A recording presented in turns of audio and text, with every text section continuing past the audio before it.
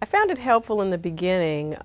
Dawn sort of asked us to sit down and write initial thoughts about the project, about the year. I can't remember how it was phrased. But, I sat down and I had big ideas and, I wanted to do a survey and I was going to canvas and I was going to pilot and prototype and all this stuff. And I went into that meeting and she was like, wow, this is really great. Veronica, this is an 8-year project, And she really tried to get me to think about what I could realistically bite off within the year. So I started off thinking about classes. How was I going to tackle this huge university with all these resources? And I thought about 3 key areas that I wanted to look at. I knew that I wanted to look at some business classes. I was thinking about starting a nonprofit, and I needed some help just figuring out how you do that, a nonprofit or a social business. I logged on to the course schedule, and there was a class called New Ventures in Entrepreneurship. So I thought, that's me. So that was straightforward. I was able to take that.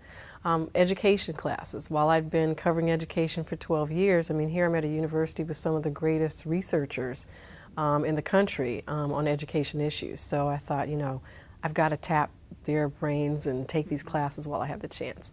And then last was technology. That took a little bit more kind of hunting around and digging. I took a class in human-computer interaction, and that was interesting, but it was really focused on design and how things look and how people interact.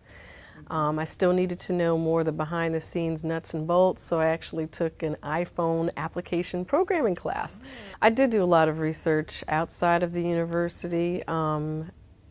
Because I'm interested in schools, I felt it was important to visit some schools, talk to people who work in the schools, and I've done that in a variety of ways. I have a child, so in the school district where my child attends a school, I've tried to be pretty active as a parent, but also transparent. I talked to them about this project, and so we've kind of had sort of a dual role, talking to the principal and the teacher and volunteer work that I've done there.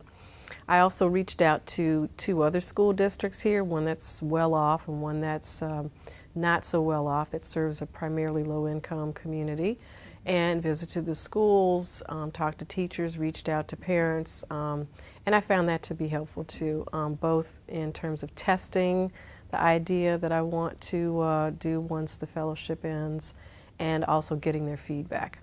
But it is different here. There's just a lot of there's a critical mass, I think. Energy is one thing, it's sort of not specific, but you just feel sort of an energy around this. But people are doing a lot of things. You hear about people working at startups.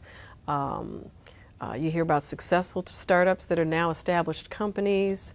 There's a lot of thinking about innovation and business here at the university in an academic setting, but there are people who are actually doing it. There are people who are looking to invest in it.